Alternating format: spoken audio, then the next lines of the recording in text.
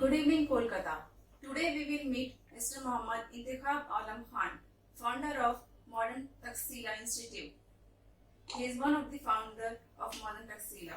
उन्होंने हाल फिलहाल में एक बुक लिखा है मेडिकल हिस्ट्री का, उसके बारे में भी हम लोग थोड़ी बहुत जानकारियाँ हासिल। यहाँ पे मौजूद हमारे एक और फैकल्टी हैं, वो भी मॉडर्न तकसीला से हैं, मिस्टर इंद्रनील साहब, जो मैथ रीजनिंग के फैकल्टी हैं।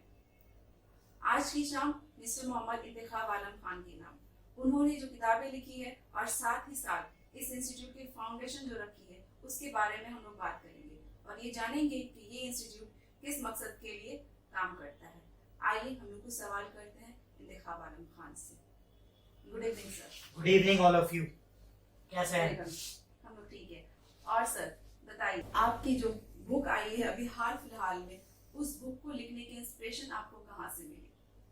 जी, ये बहुत सालों से मेरी ये चाहत थी बुक लिखने की, क्योंकि कॉम्पिटिटिव एग्जाम को पढ़ाते पढ़ाते इतने साल मेरा एक्सपीरियंस 7-8 साल का एक्सपीरियंस हो गया, तो मेरा हिस्ट्री की बुक लिखने की बहुत चाहत थी। और इसीलिए कॉम्पिटिटिव एग्जाम के मार्केट में बहुत सारी ऐसी कंसाइज्ड बुक नहीं है, और इसीलिए बहुत दिनों से मैं सोच रहा था कि बुक लिखूं। तो कोविड के टाइम पे जब घर में बैठे थे, क्योंकि क्लासेस कम ले रहे थे, उस टाइम पे 1 साल मैंने इस पे टाइम दिया और बुक को लिखना स्टार्ट किया, जो अभी फरवरी 2022 में पब्लिश होकर के फ्लिपकार्ट, अमेज़न सब जगह पे आ चुकी है। फर्स्ट टाइम आपको ये कब रियलाइज हुआ कि आपको बुक लिखना चाहिए? क्या बचपन से ही आपकी ख्वाहिश थी बुक लिखने की, या कॉम्पिटिटिव एग्जाम्स को पढ़ाते वक्त आपको ये शौक हुआ कि लिखना चाहिए? जी, बचपन में तो मुझे नहीं पता था कि बुक लिखना है, मुझे क्या करना है लाइफ में। ऑब्वियसली बचपन में किसी को ऐसे रोज बचपन में तो 2 ही प्रोफेशन सबको सोचता है, डॉक्टर बनेंगे, इंजीनियर। लेकिन जब कॉम्पिटिटिव एग्जाम के फील्ड में आए और पढ़ाना जब स्टार्ट किया, तो उस टाइम पे बहुत सारे स्टूडेंट लोग बोलते थे कि सर आप ना बुक लिखिए। तो मैं भी सोचा कि चलो ठीक है, अभी लोग बोल रहे हैं तो हम ट्राई करते हैं।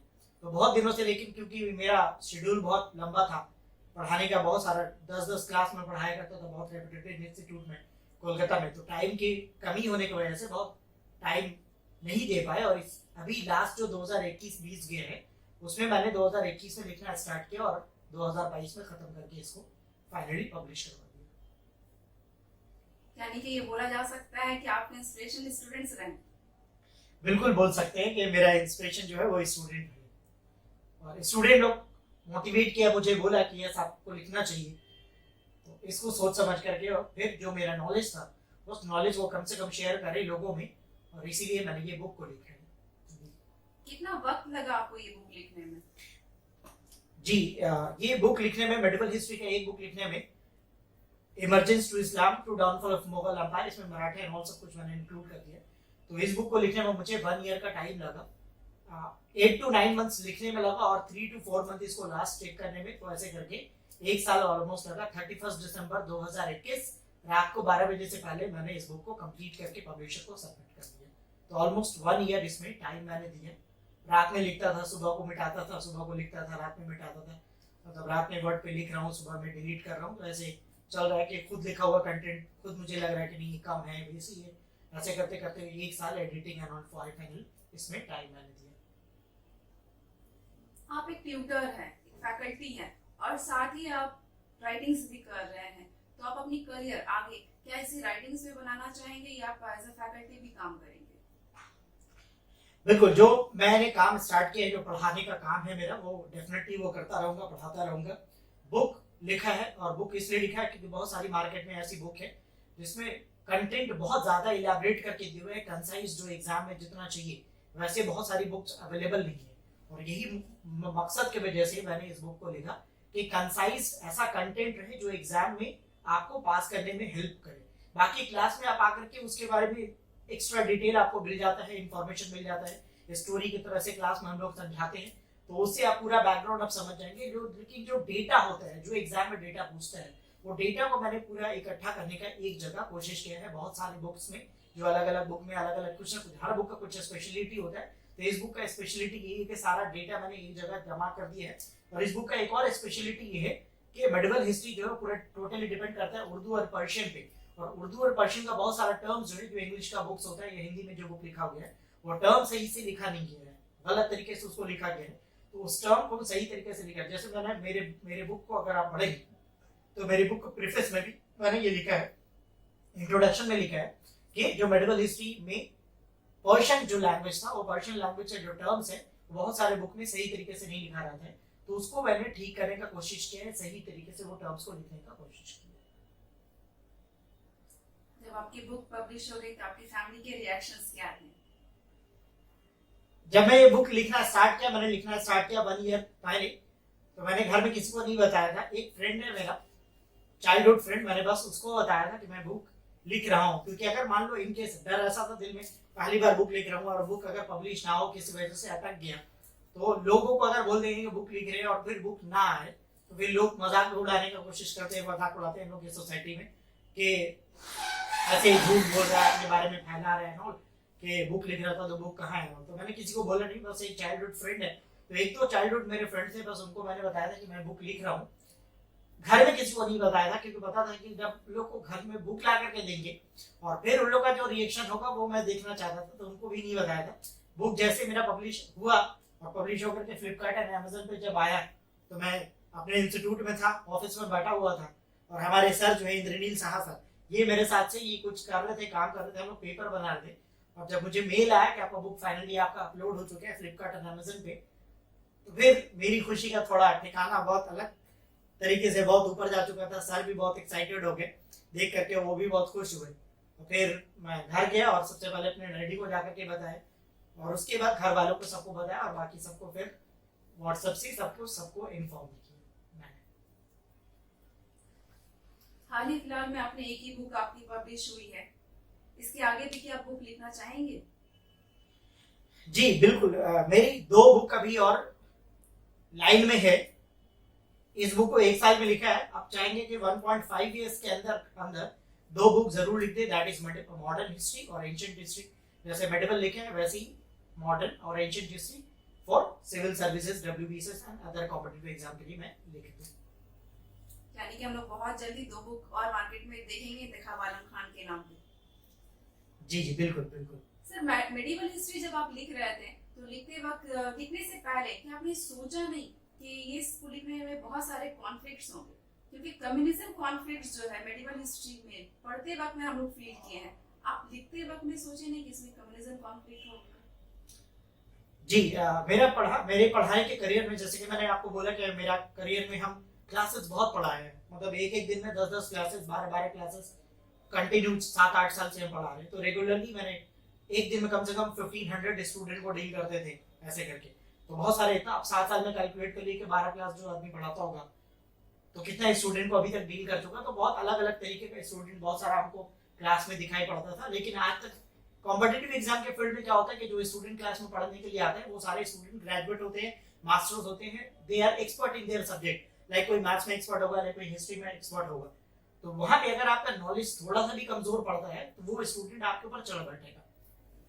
तो कॉम्पिटिटिव एग्जाम में बहुत सारे इंस्टीट्यूट में जितने भी फैकल्टीज लोग होते हैं, बहुत सारे स्टूडेंट लोग ऐसा होता है कि कुछ फैकल्टी से उलझ जाता है, आर्ग्यूमेंट करता है, क्योंकि अगर स्टूडेंट को पता चल गया, ऐसा उसको फील हो गया कि फैकल्टी के अंदर नॉलेज का, कंटेंट का कमी है, तो स्टूडेंट फैकल्टी लोग को फिर क्या करता है, बुलिंग करता है। जैसे क्लास में हम लोग स्कूल में बुलिंग करते थे, कॉलेज में बुलिंग करते थे, हरास करते थे, ऐसे स्टूडेंट लोग भी हरास करने की कोशिश करते हैं, क्योंकि वो खुद सब्जेक्ट पढ़ करके आए। तो जो सब्जेक्ट वो 3 साल 5 साल पढ़ करके आए, वो समझता है कि हमको इसमें बहुत नॉलेज है, तो फिर वो फैकल्टी को जरूर टेस्ट करने का कोशिश करते हैं, क्योंकि फैकल्टी भी शायद उससे 1-2 साल बड़ा होगा, तो फैकल्टी को टेस्ट करने का कोशिश करता है। तो मेडिकल हिस्ट्री जब भी क्लास में पढ़ाया जाता तो बहुत सारे फैकल्टी लोग के साथ आर्ग्यूमेंट होता था, लेकिन मेरे लाइफ में हम कभी भी ऐसा आर्ग्यूमेंट स्टूडेंट के साथ फेस नहीं किए, क्योंकि अगर स्टूडेंट को लग गया कि आपका कंटेंट में दम है, आप सही तरीके से आप पढ़ा रहे, तो कभी भी आपसे वो उलझने का कोशिश नहीं करेंगे। अब दूसरी बात है कि मेडिकल हिस्ट्री को लिखने का एक साइंस है। हिस्ट्री को 3-4 तरीका लिखने का एक पैटर्न है। जैसे आप देखेंगे, एक गांधीयन थॉट होता है, लिबरल थॉट होता है और मार्क्सिज्म। तो ये थॉट्स होता है। अगर कोई ये तीनों थॉट्स के बारे में किसी को नॉलेज ना हो, ये स्टाइल ऑफ राइटिंग के बारे में नॉलेज ना हो, तो फिर जब वो बुक लिखता है तो उसमें देखेंगे कंफ्लिक्ट होने का चांसेस बहुत ज्यादा बढ़ जाता है। अगर ये तीनों थ्योरीज के बारे में आपको पता है, गांधीयन, लिबरल एंड मार्क्सिज्म, ये तीनों थ्योरीज के बारे में आपको पता है, और सही आप कंटेंट, अगर आप वैलिड पॉइंट, अगर आप लॉजिक के साथ दे रहे हैं और उसका आपका डेटा बहुत सही है, हिस्टोरिकल डेटा, फैक्ट्स बहुत करेक्ट है, तो तो फिर आपकी ऊपर कोई इल्जाम किसी तरीके से नहीं लगाने का कोशिश करेगा। हो सकता है कोई बुक पढ़ करके इधर उधर उसका माइंड डाइवर्ट भी कर सकते हैं, लेकिन अगर डाइवर्ट उसका करेगा तो ऑब्वियसली वो फिर क्लास में आकर के पूछेगा, कैसे भी पूछ सकता है। ये हमारा बहुत सारा सोशल साइट्स है, उस पर भी मिलकर के पूछ सकता है। तो ऐसा होता रहता है। लेकिन हाँ, ये बात बिल्कुल सही है कि बहुत सारा देखेंगे कम्युनल एंगल उभर जाता है, जैसे मेडिवल हिस्ट्री लिख रहे हैं, है ना। तो सबका अपना अपना थॉट्स होते हैं, लेकिन हिस्ट्री लिखने का जो मैंने 3 तरीका बताया, हिस्ट्री को उसी 3 तरीके के ऊपर लिखना चाहिए। किसी एक तरीके को आप बेस कर ले और उसको ऊपर लिखे। अगर आप अपना खुद का इंटरप्रिटेशन डालेंगे तो डेफिनेटली आप प्रॉब्लम में गिर जाएंगे। सर, मेडिवल हिस्ट्री के बहुत सारे बुक्स हम लोगों ने पढ़े हैं, बहुत सारे पीएचडी के बुक्स होते हैं, थीसिस पेपर्स होते हैं, उसमें पढ़े हैं। तो अक्सर वहाँ पे देखा जाता है कि बायसनेस दिखाई जाती है। अपनी जो थॉट है उसी के accordingly one way of thinking जो है वो वहाँ पे हिस्ट्री में देखने को मिलता है, स्पेशली जब किसी टॉपिक पे लिखा जा रहा है। आपने भी एक पर्टिकुलर टॉपिक पे उठा करके लिखा है, मुगल एम्पायर पर। इसलिए जानना चाहेंगे कि आपने इन सारी चीजों को फील किया था कि बुक में ये सारी चीजें होनी चाहिए? अच्छा, तो जैसे मास्टर्स का ग्रेजुएशन का ये कोई थीसिस पेपर लिखता है तो उसमें अपना देखेंगे इंटरप्रिटेशन डालता है। पर हम लोग कॉम्पिटिटिव एग्जाम में जस्ट एग्जाम को पास करने के लिए हम लोग को क्या चाहिए, डेटा। तो हम लोग अपना इंटरप्रिटेशन इसमें बहुत कम डालते हैं और मोस्टली यहाँ पे डेटा होते हैं। तो यहाँ पे कोई भी खुद का इंटरप्रिटेशन नहीं होता, ज्यादा से ज्यादा यहाँ पे डेटा डाला गया है ताकि स्टूडेंट लोग वो डेटा पढ़ के जाए और डेटा से जो एग्जाम में क्वेश्चन पूछे उसको वो लोग टैकल कर पाए और एग्जाम दे पाए। एक पूरी कंप्लीट बुक लिख ली आपने। लिखने से पहले तो हम लोग आपने बहुत कुछ लर्न किया होगा, लिखते लिखते आपने क्या सीखा? लिखते लिखते मैंने सीखा कि बुक लिखना आसान बिल्कुल भी नहीं है।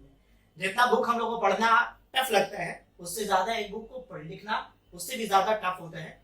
क्योंकि आप खुद के ऊपर डाउट करने लगते हैं कि मेरा डेटा करेक्ट है कि नहीं, हम जो लिख रहे हैं वो सही है कि नहीं, लैंग्वेज सही है कि नहीं। जो पढ़ेगा, आप तो अपने हिसाब से लिख दिए, पर जो पढ़ेगा उसको ये चीज समझ में आ रही नहीं कि आप अपनी बात को उसको समझा पा रहे कि नहीं। तो आप खुद पे कभी ना कभी, जब 1 साल बुक लिखा तो 15 डेज या 7 दिनों में 10 दिनों में आप खुद के ऊपर डाउट करने लगते हैं। कोई टॉपिक आप जब लिखा, एक टॉपिक आप लिखना स्टार्ट किया, एक बुक में एक टॉपिक जैसे आपने लिखा कि मान लीजिए दिल्ली सल्तनत लिख रहे हैं, तो उसके ऊपर जब आप लिख रहे हैं तो 7 दिन 8 दिन उसके ऊपर लिखा और उसके बाद 7 दिन 8 दिन लिखने के बाद भी अपने ऊपर खुद कॉन्फिडेंस नहीं आता कि ये वाला बुक, ये जो कंटेंट मैंने अभी लिखा है, ये जो टॉपिक ऊपर मैंने लिखा है, ये पूरा है कि इतना इनफ है कि कम है, और इसका लैंग्वेज सही है कि नहीं, लोग समझेंगे कि नहीं। तो ये खुद अपने आप के ऊपर डाउट होने लगता है। तो ये सब को पार करके आपको बुक को अपनी कंप्लीट करना पड़ता है और जब कंप्लीट हो जाता है तो उसकी खुशी अलग होती है। जो लिखा है उसको, जो कभी आप लोग अगर बुक लिखेंगे तो आप जरूर उसको फील कर पाएंगे। जी सर, प्रोसेस ऑफ राइटिंग जो आपकी इस बुक में रही है, आगे भी क्या हम लोगों को वही मिलेगी या उसमें कुछ डेवलपमेंट या इम्प्रूवमेंट या चेंजेस लाना चाहेंगे? राइटिंग का जो मेरा प्रोसेस है, मोस्टली हम डील करते हैं मार्क्सिज्म, जो मार्क्सिस्ट थ्योरी ऑफ हिस्ट्री है उसको सोच समझ करके उसके हिसाब से मैंने लिखा कि इसमें ज्यादा खुद का इंटरप्रिटेशन नहीं, और इसमें जो फैक्ट्स एंड लॉजिक होता है उसके ऊपर बात किया जाता है। तो उसी को हम देख करके मद्देनजर ध्यान में रखते हुए हम लिखने का कोशिश किया। आगे जो नेक्स्ट एडिशन आएगा इसमें बहुत कुछ और भी ऐड हो जाएगा, बिल्कुल डेफिनेटली ऐड होगा। और जो मॉडर्न हिस्ट्री, क्योंकि आजकल जो ट्रेंड हो रहा है एग्जाम का, उस ट्रेंड में हम लोग देखेंगे मॉडर्न हिस्ट्री से ज्यादा क्वेश्चन पूछा जाता है। तो मॉडर्न हिस्ट्री में आप देखेंगे कंटेंट और भी थोड़ा ज्यादा हो गया, मेडिवल हिस्ट्री से थोड़ा कम पूछा जाता है। तो कंटेंट उतना ही रखा गया है जितना एग्जाम में आपका लगेगा, उसी हिसाब से बुक को डिजाइन किया, उसी हिसाब से मैंने बुक को लिखने का कोशिश किया है। तो नेक्स्ट जो एडिशन आएगा मेडिवल हिस्ट्री में कुछ और अपडेट हो जाएगा, लेकिन मॉडर्न हिस्ट्री वो पूरा अपडेटेड वर्जन जो आएगा वो पूरा कॉम्पिटिटिव एग्जाम की पर्सपेक्टिव से उसको लिखा जाएगा। आपके रीडर्स के रिव्यू आपके लिए कितने मायने रखते हैं? बिल्कुल, अगर मैंने बुक लिखा है, कोई चीज लिखा है, वो मैंने अपने हिसाब से लिखा, लेकिन लोग जब उस पर क्रिटिसिज्म करते हैं, दैट इज इम्पोर्टेंट, तब उससे क्या होता है, उस बुक की कमी बेशी पता चलती है ना। तो ये बहुत, इसको बोलते हैं हम लोग क्या, नजरसानी, उर्दू में एक वर्ड है नजरसानी। तो नजरसानी करवाना बहुत जरूरी है। पहले जमाने में आजकल की तरह टेक्नोलॉजी नहीं था, तो एक बुक कोई जब लिखता था तो 2 4 10 आदमी को बुक को देता था रिव्यू करने के लिए, और वो लोग रिव्यू करके उस पर अपना कमेंट लिखते थे, साइन करते थे। आजकल वो जमाना चला गया। अब क्या है, आपके पास इतना टेक्नोलॉजी आ गया है कि आप खुद से बैठ करके उसको रिव्यू कर सकते हैं। हाँ, पर फिर भी जो स्टूडेंट इस बुक को या जो लोग भी इस बुक को खरीदेंगे, उनका क्रिटिसिज्म बिल्कुल एक्सेप्टेड है और वो क्रिटिसिज्म बहुत हेल्प करेगा आगे इस बुक को और आगे ले जाने के लिए। कोई एक रिव्यू जो आप हम लोगों से शेयर करना चाहे अपने स्टूडेंट से, अपने रीडर से? जी, अभी फ्लिपकार्ट में बहुत सारा रिव्यूज आया है, उसमें एक स्टूडेंट ने कमेंट में किया लिखा है कि one of the best medieval history book in India. तो अच्छा लगा। ऑब्वियसली एक से एक बहुत बड़े बड़े राइटर हैं। सतीश चंद्र कॉम्पिटिटिव एग्जाम में इससे बड़ा कोई बुक नहीं हो सकता मेडिवल हिस्ट्री के लिए। तो छोटी सी एक कोशिश की है कि सारे कंटेंट को सतीश चंद्रा में जितना इलाबरेट करके दिया गया है उस चीज को और कैसे हम कम करके और स्टूडेंट तक पहुंचा दें, यही मेरा मकसद था बुक लिखने का। सर चलते चलते एक आखिरी क्वेश्चन, आपसे बहुत सारे स्टूडेंट, आपके खुद के कलीग्स, बहुत सारे फैकल्टीज, बहुत सारे लोग इंस्पायर होंगे, आप उन लोगों को क्या सजेस्ट करना चाहिएगा? उन लोगों के लिए सजेशन यही है कि सबसे पहले बहुत अच्छा लिखने के लिए बहुत अच्छा पढ़ना पड़ता है। The more you read the more you understand, और जितना आप अंडरस्टैंड करेंगे उतना बेटर आप लिख सकते हैं। लिखने का मतलब सिर्फ बुक नहीं होता है, आप कुछ भी लिख सकते हैं। जैसे आप वेबसाइट अपना बना करके अपना वेबसाइट लॉन्च कर सकते हो और वेबसाइट पे अपना कंटेंट को आप पब्लिश कर सकते हैं। गूगल से उसको जाकर के लिंक कर सकते हैं जिसपे एडवर्टाइजमेंट चलेगा और उससे भी आप थोड़ा रेवेन्यू भी जनरेट कर सकते हैं। तो ये सारा काम कर सकते हैं। तो सबसे पहले बात यही है कि आप किसी चीज पे, किसी टॉपिक पे अगर लिखना चाहते हैं तो उसके लिखने के पहले आप उसके बारे में बहुत सारा पढ़ाई कीजिए।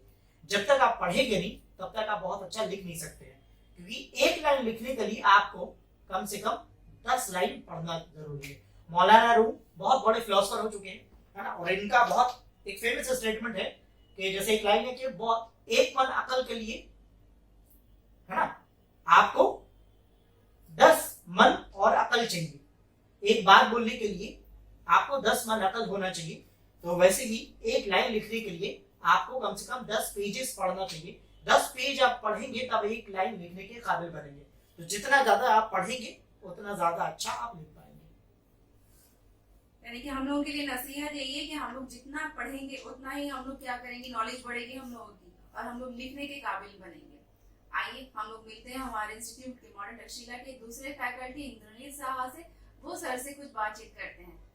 Moving to Indranil Saha. Thank you. And কেমন আছো কলকাতা? তো আমি আর কি আরাম স্যারের কাছ থেকে জিজ্ঞেস করতে চাই যে স্যার আপনি তো বই লিখলেন আর অনেক স্টুডেন্টই আছে বাঙালি, আপনি তো বেশিরভাগ স্টুডেন্টই বাঙালি, তো এই যে বই লেখা আইডিয়া তো আপনি খুব সহজে বোঝালেন, এই যে ইনস্টিটিউটের আইডিয়াটা কি করে এলো আর প্রথমে জানি যে ইন্তেখাব আলম খান কি করে আরাম স্যার হলো, সেইটা সেই জার্নিটা দেখে বলুন। This is very interesting story. जब मैंने एक इंस्टीट्यूट को ज्वाइन किया था, बहुत फेमस इंस्टीट्यूट है, आज भी हम उससे जुड़े हुए हैं। ऑब्वियसली अभी भी हम जुड़े हुए हैं, जाना आना बिल्कुल करते हैं। जब मैंने उस इंस्टीट्यूट को ज्वाइन किया, बहुत मैं कम उम्र का था, 21-22 साल का ऐसे रहा होगा, 21 साल के आसपास ईयर्स ऑफ कोर्स। तो जब मैंने उसको ज्वाइन किया था उसी समय रेलवेज का फॉर्म आया हुआ था। तो रेलवेज का फॉर्म आया हुआ था, मैंने इंस्टीट्यूट को ज्वाइन किया कलकत्ता में, और गुवाहाटी में उसका एक ब्रांच था, और जिसमें वहाँ पे उस सब्जेक्ट में कुछ जीएस में प्रॉब्लम आ गए, तो मुझे इंस्टीट्यूट की तरफ से भेजा गया कि जाइए आप वहाँ पे भी क्लास लेकर गए। तो 1 वीक के लिए मैं मूव किया गुवाहाटी, अपने ब्रांच से ट्रैवल करके गया वहाँ पे, और 1 वीक का क्लास लेना था। उनका जीएस पोर्शन को खत्म करवाना था, मेनली हिस्ट्री एंड पॉलिटी, इसको खत्म करवाना था, कॉन्स्टिट्यूशन को। तो यहाँ पे जब मैंने क्लास स्टार्ट कर दिया था, कलकत्ता ब्रांच में मैंने क्लास स्टार्ट कर दिया था।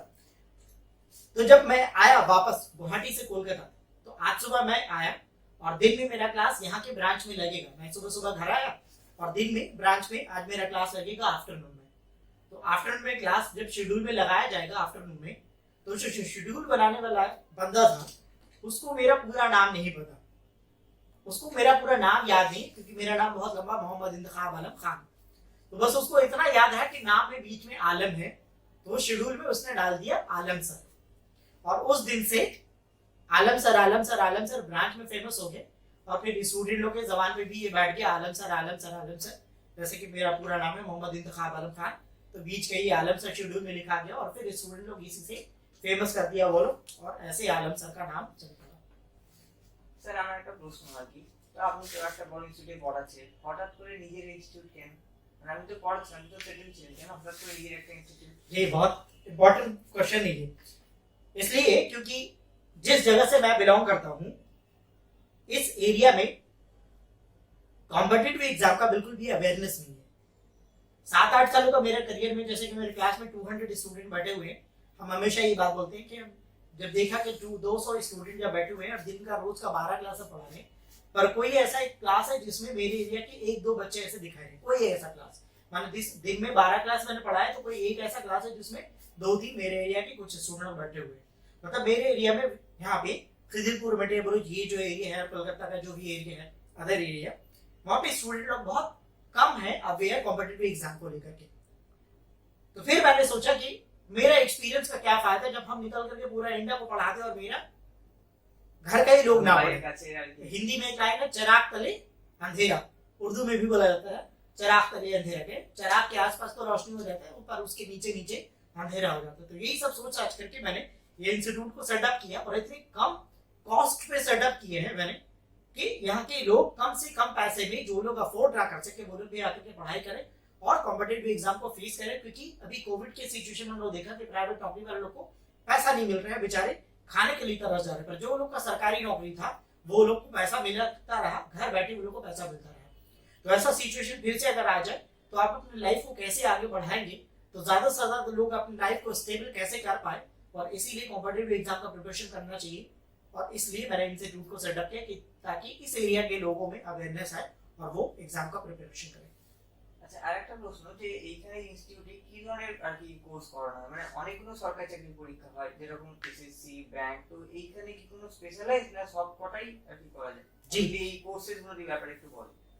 हमारे यहाँ हम लोग जो कोर्सेज ऑफर कर रहे हैं, लोग एसएससी रेलवे का एक कंबाइंड बैच, एक डब्ल्यूबीसीएस का बैच जिसमें वेस्ट बंगाल का सारा एग्जाम्स को हम लोग कवर करेंगे। और फ्यूचर में हमारा टारगेट है कि बैंकिंग के ऊपर भी हम लोग फोकस करेंगे और बैंकिंग के कोर्स को भी हम लोग लॉन्च करेंगे और बैंकिंग को भी हम लोग डेफिनेटली पढ़ाएंगे। तो अभी हम लोग का फोकस है बिल्कुल एसएससी रेलवे, एनडीए सीडीएस का एक बैच, एसएससी रेलवे का एक बैच और एक डब्ल्यूबीसीएस वेस्ट बंगाल का सारे एग्जाम्स को कवर करेंगे। ये 3 तरीके का 3 मॉडल पे हम लोग काम कर रहे हैं। कम से कम पैसे में लोगों को कैसे पढ़ा दे, यही हमारा मोटिव है। তো যারা আর কি মনে করুন সবে সবে গ্রাজুয়েট হচ্ছে, প্রিপারেশন নিচ্ছে, তো তাদেরকে কি বলবেন যারা এখন নতুন স্টুডেন্টরা যারা এই আর কি আসছে প্রিপারেশন করতে, তাদেরকে কি বলতে চান যে তারা কি করবে? जो लोग भी क्लास 12 पास हो चुके हैं उन सबको अभी प्रिपरेशन स्टार्ट कर देना चाहिए, क्योंकि अभी अपकमिंग ये बार बार हम बात बोलते हैं कि 2024 में क्योंकि लोकसभा का चुनाव है और 2024 के लोकसभा का चुनाव से पहले तक बहुत सारा वैकेंसीज निकलेगा। जैसे हम लोगों को पता है कि रेलवे में 1.5 लाख ग्रुप डी का पोस्ट इतना अभी तक है और 2024 जाते जाते तक और उसमें ऐड हो जाएगा, 1,70,000 हो सकता है, 1,80,000 हो सकता है, 2 लाख भी हो सकता है। तो सारा वैकेंसीज को आप देखिए, बहुत अभी रिसेंट में 2-3 साल में गवर्नमेंट जॉब्स का वैकेंसीज नहीं निकल रहा है। इसलिए नहीं निकल रहा है क्योंकि सारा गवर्नमेंट ये अपना ये डंडा चलाता है, सारा गवर्नमेंट ये लॉजिक लगाता है कि अपना जितना भी वैकेंसीज है वैकेंसीज को दबा करके रखो और जब चुनाव का टाइम है उस टाइम हम लोग वैकेंसीज को रिलीज करेंगे। तो 2024 जब जाएगा उस समय 2022 से 22 के एंड में और 23 के पूरे ईयर में आप देखेंगे बहुत सारा वैकेंसीज निकलेगा जो आपके स्टेट में स्टेट गवर्नमेंट भी निकालेगा और सेंट्रल गवर्नमेंट भी निकालेगा। तो उस समय बहुत सारा वैकेंसीज रहेगा। इसलिए अभी 2022 से प्रिपरेशन करना चाहिए। जो लोग क्लास 12 पास कर चुके हैं, वैकेंसीज 2022 और 23 में आने वाला है क्योंकि 24 में चुनाव है। तो इस गोल्डन है ना अपॉर्चुनिटी को आपको बिल्कुल मिस नहीं करना चाहिए। फर्स्ट ईयर सेकंड ईयर में आप हैं तो प्रिपरेशन बिल्कुल स्टार्ट कर दीजिए और थर्ड ईयर में चले गए तो आप तो मतलब अभी से इसी वक्त से प्रिपरेशन स्टार्ट कर दिए क्योंकि आप लेट हो चुके हैं।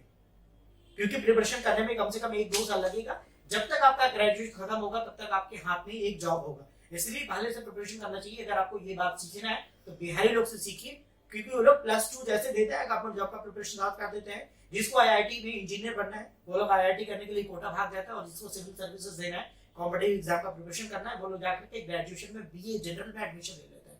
11-12 साइंस से करता हूँ और ग्रेजुएशन में BA general. This is best combination for government job preparation क्योंकि 11-12 साइंस, मैथ, फिजिक्स, केमिस्ट्री ये आपका बहुत अच्छा हो चुका है। मैथ्स आप बहुत अच्छे तरीके से कर पाएंगे एंड ग्रेजुएशन में अगर आपका है बीए तो उसमें अगर हिस्ट्री, ज्योग्राफी, पॉलिटी, इकोनॉमिक्स अगर आप पढ़ा है तो 3 सब्जेक्ट आपका, अगर 4 में से कोई भी 3 सब्जेक्ट आपका होगा और यही 4-5 सब्जेक्ट आपको एग्जाम पास करवाएगा।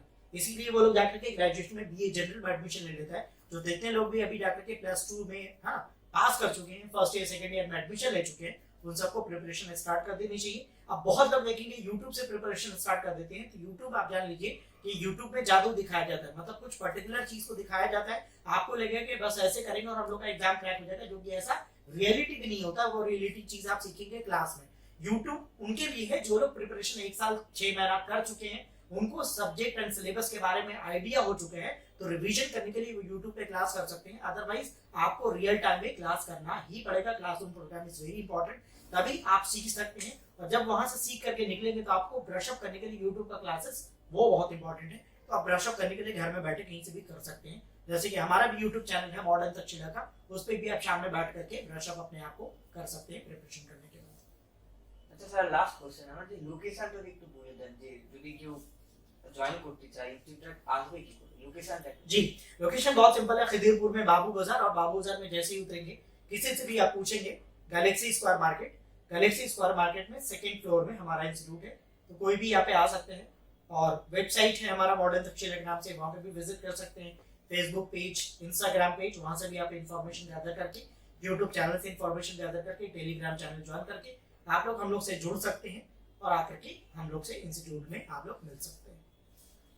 তাহলে থ্যাংক ইউ স্যার ম্যাম আপনি জি thank you so much sir, अपना कीमती समय हमें देने के लिए। ये इंटरव्यू हम लोग यहीं से खत्म करते हैं। फिर मिलते हैं हम लोग एक नए टॉपिक के साथ किसी दूसरे वीडियो में। Bye bye thank you. Thank you Kolkata, thank you.